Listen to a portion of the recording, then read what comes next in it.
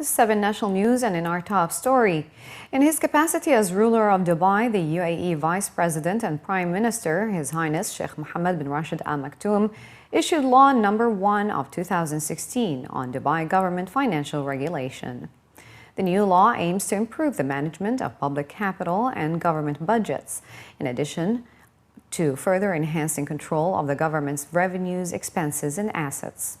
It also regulates the tabulation and approval of financial statements and closing accounts, financial and audit policies and procedures, financial governance, KPIs, principles of financial records, and improvement of financial risk management. It is applicable to all government entities listed in the general budget, government entities with independent budgets, and entities that receive financial support from the government. The bodies of 2 Emirati martyrs have arrived in a UAE Air Force and Air Defense military aircraft at Al Bateen Executive Airport last night. Senior military officers welcomed the martyrs' bodies of Zayed Ali Al-Ka'bi, 37, and Muhammad Ubaid Al-Hmoudi, 25, with a special ceremony at the airport. According to reports, the 2 men died when their Mirage fighter jet came down due to a technical failure. They were serving in the Saudi-led Arab coalition's Operation Restoring Hope in Yemen. A senior official at the UAE's Ministry of Human Resources and Emiratization has stated that the ministry will not approve any request to obtain a new work permit without a worker's consent to the job offer. In addition, the clauses in the work permit must match the clauses of the labor contract that the worker signs upon arrival to the country. The new law, which came into force in January this year, includes 3 main rules: governing labor contracts for workers from abroad, terminating contracts between the employers and workers, and the issuance of a new work permit to a resident worker. The Assistant Under-Secretary for Labor Affairs noted that professionals and skilled workers must sign the contract, while those applying for partially skilled or unskilled workers must have the employee's thumbprint on the job offer letters. Employers must also provide the job offer and conditions containing a comprehensive description of rights and duties between both parties. So far, the ministry has approved 11 languages in which job offers, labor contracts, and other conditions may be printed, and that must be handed to workers aside from Arabic and English so that there are no contradictions. Dubai police received 289 reports of house burglaries in 2015, and a decrease from 333 in 2014. Of the 289 reports, there were 203 culprits were known and 86 were unknown. In 2014, there were a total of 333 home burglaries, about a 4% increase from 321 in 2013. Of the 333 robberies, 197 were in villas, 14 in traditional houses, and 122 were in apartments. To help prevent these crimes, Dubai Police Chief Major General Khamis Matar Limzena said that people should register with the Dubai Police Home Security Service if they are traveling to avoid home burglaries. As part of the service, police patrols are stepped up around homes that police know are empty. In 2015, Dubai Police received 389 requests for home security, an increase from 282 requests in 2014 and 213 in 2013. The Hamdan bin Mohammed bin Rashid Al Maktoum International Photography Award, HIPA, has announced the launch of Dubai Photo Exhibition, showcasing over 800 museum-quality photographs never seen before, including a private collection of the Crown Prince of Dubai. At a press briefing held today, officials representing HIPA and the World Photography Organization revealed that the Dubai Photo Exhibition is a first-of-its-kind attempt to showcase earliest photographic experiments and modern classics, making it one of the largest photography exhibitions ever produced, both in terms of scale and reach. Adding that Dubai and its art lovers deserve a unique place for artistic space, Officials stated that during this exhibition, they intend to share the best of international photography with UAE's community, while also encouraging local enthusiasts to engage in a series of talks and panel discussions at the Dubai Photo Forum 2, running parallel to the show. Artworks by 129 photographers from 23 countries have been selected by 18 renowned curators from around the world. And organizers are hopeful that this creative display of masterworks spanning 2 centuries will help in placing Dubai on the global map, while also giving visitors an experience of the evolution of photography. Actually, we try to create a platform for all photographer artists here in the area, GCC country and Dubai and the Middle East. I believe they deserve their own base to go from it by connecting the international standards. So by having Dubai Photo, I think we're going to have a very lovely base to them where they can start with and share their work with among of all this number of photographers. It is a huge event. I mean, the scale of it is unprecedented. I mean, there's 868 pieces of artwork. I mean, if you went to, the Museum of Modern Art in America, you'd struggle to reach that amount of artwork. I mean, it's a vast exhibition. But the most importantly, it's from all these 23 countries from around the world.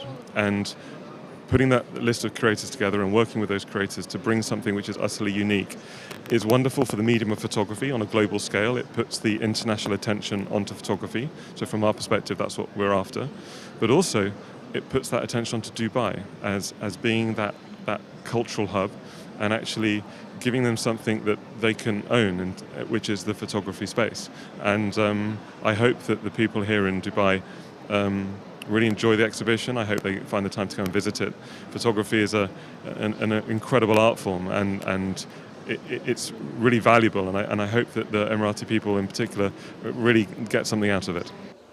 A key highlight of the exhibition is the private photography collection of His Highness Sheikh Hamdan bin Mohammed bin Rashid Al Maktoum, the Crown Prince of Dubai, exhibited for the first time ever, offering a rare historical insight into the formation of the UAE. Each of the 18 exhibits presents between 4 and 8 photographers, displaying 4 to 8 photographs of varying sizes by each photographer.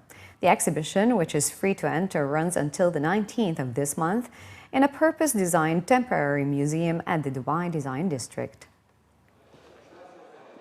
Photography is really like it's a medium and the cameras are tools and technology helps, but it's actually the eye and the brain behind the eye that is informing what it is that you're looking at. So that the important thing for me is spending the time and really looking at what is in the pictures.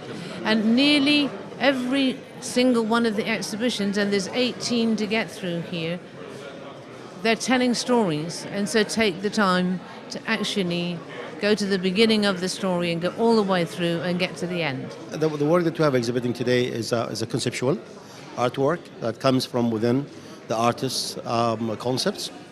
And they took photography as a media to transfer and transform their concept, their state of thought into visual stage. My selections of artists I've had in my mind to have both genders and with different ages, so that we cover 20th century and 21st century, digital and analog time. This is what we are having. Maybe 8 artists between male and females. They're all locals, and they have come from different backgrounds, and they're also having our interest, in their own thought. And I think they have transformed their thought, very successfully, into visual stage. Following the end of Pakistan Super League and the Masters Champions League a few weeks ago, Cricket Festival in the UAE isn't over yet. The Emirates Airline T20 tournament makes its return this weekend. Fans can look forward to a full day of T20 action this Friday, the 18th, with a total of 4 teams going head-to-head in the exhibition tournament at the 7th Stadium. The tournament is being held for the 7th successive year and will feature the MCC side led by England international Ian Bell, defending champions Yorkshire, together with Lancashire and the UAE national team.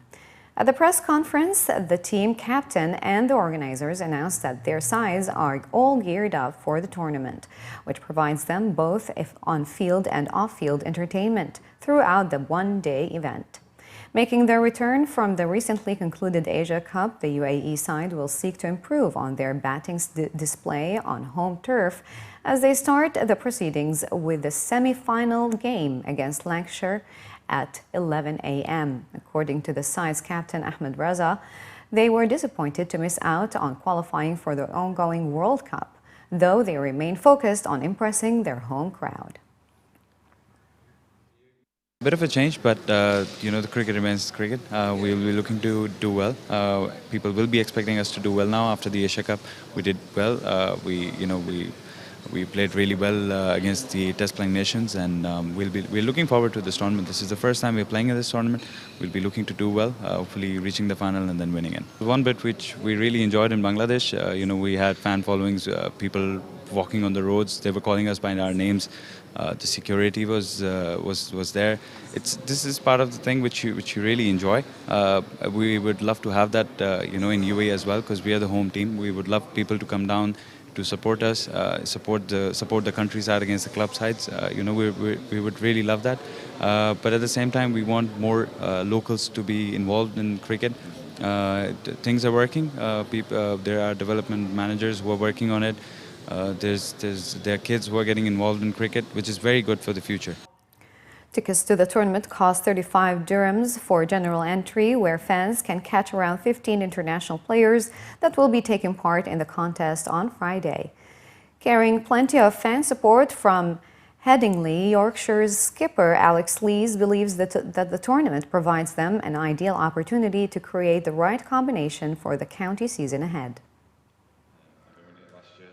The wickets out here are probably a little bit better than Headingley. They tend to see them around a little bit back home, even in September. So I think in that respect, I think as a team we probably look to play an attacking brand of cricket. I think the onus this winter has been on giving the players the responsibility and being accountable for what they do. So we don't have a set framework, so to speak, that we're playing off. But this will be a good chance really to see where we are in regards with that, and if we are in a decent place going into the season, or if we need to look and make a few tweaks before the season starts. And finally, in the bulletin, Art Dubai 2016 is the leading international art fair across the MENA and South Asia region. And this year we'll see the 10th edition of the fair with exhibits from 90 galleries across the UAE and the world. There are 3 programs under which the exhibits are categorized this year: modern and contemporary, that showcase masters from the region, while the 3rd category, marker, is a curated section that focuses on a theme or geography.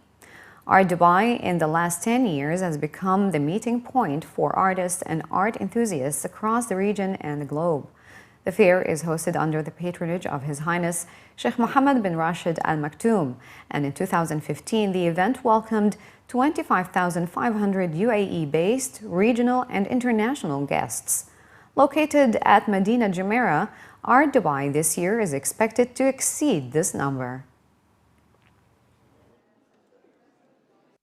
A decade of Art Dubai shows, in terms of the number, the last year's sales reaching 35 million US dollars with 15,000 visitors. That says it all, And I think we still there's another leap to take. We are growing in the Middle East and in the region, but we're aiming at the global fairs. And I'm sure by Expo 2020 we will have the ultimate Art Dubai, as well as the ultimate Dubai art season and everything underneath.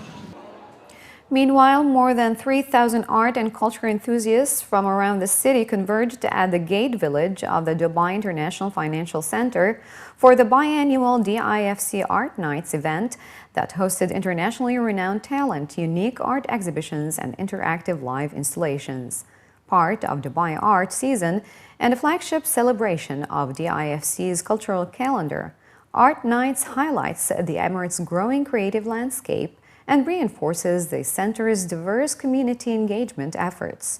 According to Raja Al-Mazrouri, Senior Vice President, Marketing and Corporate Communications at DIFC Authority, Art Nights DIFC has emerged as a unique platform for art lovers and culture enthusiasts, providing established and first-time artists with a hub to showcase their creations.